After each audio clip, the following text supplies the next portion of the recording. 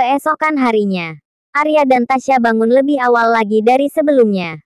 Karena pagi ini Arya dan Tasya akan pergi bersama dengan Faris ke rumah yang akan diberikan Faris pada Tasya dan Arya. Setelah siap-siap Arya dan Tasya pun langsung keluar dari kamar dan langsung pergi ke ruang makan untuk sarapan. Sesampainya di sana ternyata sudah ada Azahra, Delon, Andin, dan Andra tengah duduk menunggu yang lain. "Selamat pagi Mah." "Pah," sapa Tasya pada Azahra dan Delon. "Selamat pagi juga Andin dan Andra," sambung Tasya. "Selamat pagi sayang," jawab Azahra sedangkan Delon hanya mengangguk dan tersenyum pada Tasya. "Selamat pagi kakak ipar yang cantik," jawab serentak Andin dan Andra. Dan tak lama Faris, Alita, Hans dan juga Farah datang dan langsung bergabung di meja makan. Setelah itu mereka pun langsung menikmati sarapan mereka dengan tenang. Setelah selesai sarapan Arya dan Tasya pun pergi bersama dengan Faris, Alita, Azahra dan Delon untuk melihat rumah yang telah disiapkan Faris untuk Arya dan Tasya.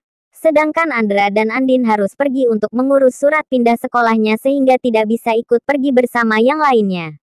Setelah menempuh waktu sekitar 50 menit, mereka pun sampai di kompleks elite di mana hanya ada rumah-rumah yang besar dan mewah. Dan pastinya yang hanya di konglomerat dan sosialita yang bisa memiliki rumah di kompleks ini. Bahkan dulu Ardi saja sangat ingin memiliki rumah di kompleks ini namun sayang Ardi masih belum sanggup untuk membelinya. Bahkan jika harus menjual rumah yang lama sekalipun.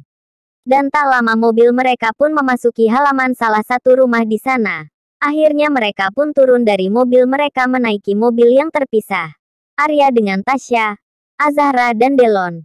Sedangkan Faris, Alita, Hans dan Farah menaiki mobil yang sama. "Tasya, Arya, bagaimana kalian suka?" tanya Faris. "Ini rumahnya kek," tanya Tasya sedikit ragu. Karena rumah yang ada di hadapannya kini sangatlah megah dan mewah. "Iya, ini adalah rumah yang kakek dan nenek pilih untuk kalian berdua," jawab Faris. Tasya pun memandang rumah itu dan lingkungannya. Sungguh ini bukan mimpi. Hanya itu yang ada dalam pikiran Tasya. Bertanya pada diri sendiri. Dan banyak lagi yang berkecamuk dalam benaknya. Kebahagiaan, kemewahan, keharmonisan, kasih sayang, dan kehormatan. Semua Tasya dapatkan di sini. Rasanya Tasya benar-benar beruntung. Tasya sangat-sangat bersyukur atas apa yang telah dia dapatkan saat ini. Dan tanpa sadar Tasya menangis. "Tasya, kamu kenapa sayang? Apa kamu tidak menyukai rumah ini? Atau kamu tidak menyukai lingkungannya atau apa? Kenapa kamu menangis?" Tanya Faris yang menyadari Tasya menangis. "Tidak, bukan itu." Tasya hanya merasa terharu. Tasya mendapatkan semua yang sebelumnya tidak pernah Tasya dapatkan. Tasya sangat senang. Sampai-sampai rasanya air mata ini tak bisa terbendung lagi. "Maaf," jelas Tasya. "Oh sayang, sudahlah kamu jangan menangis lagi ya. Dengarkan kakek ya, apapun yang kamu mau.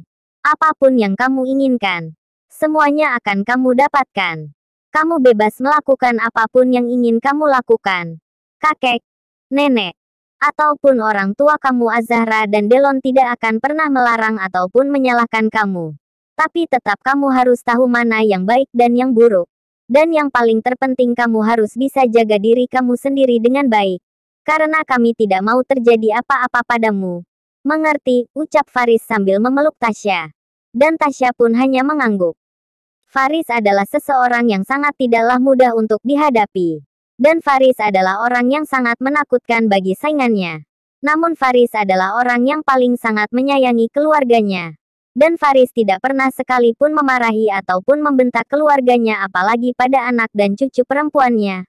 Faris hanya akan mengarahkan dan menasehati mereka dengan cara yang halus dan lembut.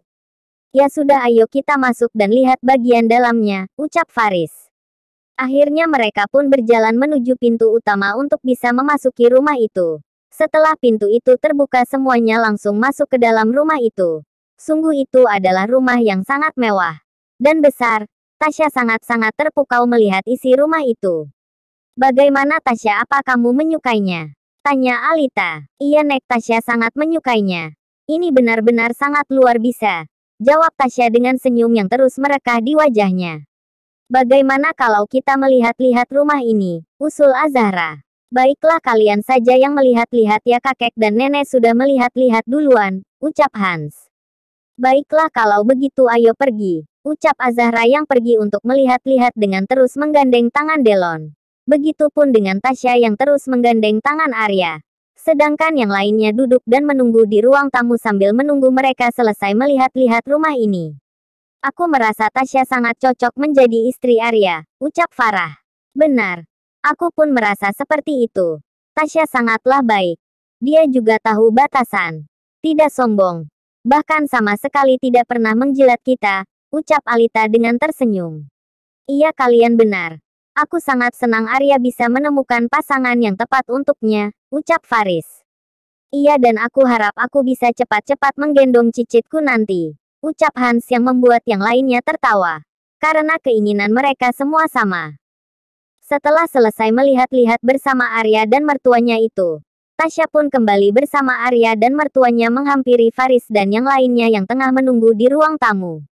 Bagaimana, apa sudah puas berkelilingnya? Tanya Hans. Iya sudah kek, jawab Tasya. Kamu menyukainya? Tanya Faris. Sangat-sangat menyukai kek. Terima kasih banyak, ucap Tasya yang tersenyum penuh dengan kebahagiaan. Oh ya, hari ini juga kalian sudah bisa tinggal di sini, ucap Faris. Iya kek. Nanti setelah pulang dari kampus kita baru akan beres beras dan langsung pindah ke sini, ucap Arya. Ya sudah kalau begitu kami pamit dulu karena masih ada hal yang harus kami kerjakan, ucap Faris berpamitan. Setelah itu mereka pun pergi kecuali Arya dan Tasya. Setelah semuanya pergi Arya dan Tasya naik ke lantai atas untuk memilih kamar yang akan dijadikan kamar utama. Setelah melihat-lihat, Tasya dan Arya memutuskan untuk menjadikan kamar yang paling besar yang memiliki jendela besar yang mengarah ke halaman depan. Karena hari yang semakin siang Arya dan Tasya pun memutuskan untuk pergi ke kampus. Karena takut telat akhirnya Arya memutuskan untuk pergi ke kampus menggunakan mobil saja karena tidak akan sempat jika harus pergi menukar mobilnya terlebih dahulu. Apa tidak masalah kalau kita pergi ke kampus menggunakan mobil ini? Tanya Tasya. Tidak apa-apa. Daripada kita telatkan. Nanti kalau ada yang nanya bilang saja teman meminta untuk menjaganya atau meminjamkannya. Gampang kan? Jawab Arya. Iya sih tapi kan. Petik 2. Tidak ada tapi-tapian. Ayo cepat masuk dan kita langsung berangkat, ucap Arya yang memotong ucapan Tasya. Tanpa menjawab ucapan Arya, Tasya pun langsung masuk ke dalam mobil. Setelah itu Arya pun melajukan mobilnya meninggal kediamannya yang baru. Setelah 35 menit mereka pun sampai di kampus. Dan benar saja sesuai yang Tasya bayangkan. Banyak yang melihat mobil Arya saat masuk parkiran. Walau bagaimanapun mobil milik Arya adalah mobil mewah yang jarang dimiliki banyak orang di negara ini. Kamu lihat Arya. Semua melihat ke arah sini, ucap Tasya. Ya biarkan saja. Lagi pula hal yang wajar kan jika melihat sesuatu yang jarang mereka temui apalagi sesuatu yang bagus dan pantas untuk dilihat. Jawab Arya yang tengah membenahi penampilannya untuk menutupi ketampanannya. Ya sudah sebaiknya kita turun sekarang. Karena sebentar lagi pelajaran akan dimulai. Sambung Arya. Akhirnya Arya dan Tasya pun turun dari mobil. Dan benar saja banyak mata yang tertuju pada mereka berdua. Lihat yang turun dari mobil itu. Ternyata Arya dan Tasya, ucap A. Iya. Kok bisa ya? Bukannya Arya itu orang miskin. Jadi mana mungkin dia bisa punya mobil semewah itu? Atau mungkin mobil itu milik Tasya, ucap B. Itu tidak mungkin. Tasya juga bukan siapa-siapa lagi sekarang. Bahkan dia sudah dibuang oleh keluarganya sendiri karena kesalahannya. Lebih memilih Arya yang miskin dibandingkan dengan Yohan yang sudah jelas-jelas Tuan Muda Sanjaya. Tapi walaupun Yohan Tuan Muda Sanjaya tapi dia saja tidak memiliki mobil semewah itu, ucap C. Iya benar juga ya, ucap A. Dan bukan hanya itu yang Arya dan Tasya dengar. Banyak sekali yang membicarakan Arya dan Tasya. Namun Arya dan Tasya tidak memperdulikannya. Arya dan Tasya selalu bersikap tenang dan menganggap tidak pernah mendengar apapun. Arya dan Tasya langsung menuju kelas mereka agar tidak terlambat untuk mengikuti pelajaran. Arya secara diam-diam selalu memperhatikan Tasya, gerak-gerik Tasya, dan semuanya yang bersangkutan dengan Tasya. Entah aku yang beruntung atau memang aku yang pintar memilih pasangan. Istriku ini benar-benar wanita sederhana. Dan apa adanya. Benar-benar wanita luar biasa, gumam Arya sambil senyum-senyum sendiri. Arya, apa ada yang lucu? Ucap sang dosen dengan sedikit berteriak pada Arya yang sedari tadi diperhatikan tengah tersenyum-senyum sendiri. Ah tidak pak, tidak ada yang lucu, jawab Arya. Atau apa mata pelajaran yang saya jelaskan tidak benar dan menurutmu itu lucu sehingga kamu tersenyum-senyum seperti itu, ucap sang dosen. Tidak pak itu, sudah saya tidak ingin mendengarnya. Sekarang kamu jelaskan apa yang tadi sedang dibahas. Saya ingin tahu apa kamu bisa menjelaskan apa yang tadi saya jelaskan, ucap Pak dosen. Akhirnya Arya pun maju ke depan kelas dan menjelaskan mata pelajaran yang baru saja dijelaskan oleh dosen. Dan semua penjelasan Arya dimengerti oleh para mahasiswa yang lainnya.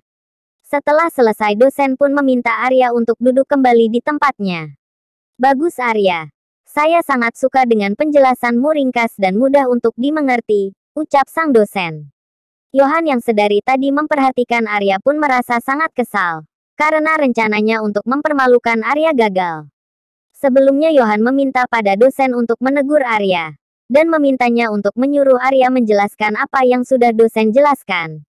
Karena Yohan yakin bahwa Arya tidak akan mampu melakukannya.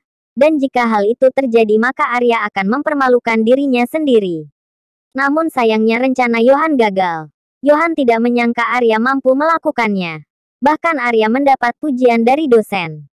Bagi yang tidak mengetahui Arya siapa pasti akan mengira Arya tidak akan mampu melakukannya.